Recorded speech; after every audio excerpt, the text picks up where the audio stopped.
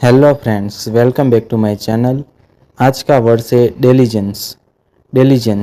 Diligence का हिंदी में अर्थ होता है मेहनत और लगन, पूरी जिम्मेदारी के साथ काम करना। जब हम सिर्फ हार्ड वर्क नहीं बल्कि कंसिस्टेंसी से और रिस्पॉन्सिबिलिटी से काम करते हैं तब यूज होता है डिलीजेंस वर्ड।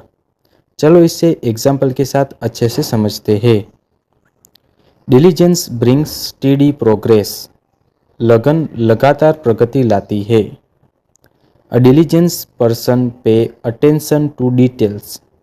लगनशील व्यक्ति छोटी छोटी बातों पर ध्यान देता है। Diligence create real success. लगन असली सफलता बनाती है।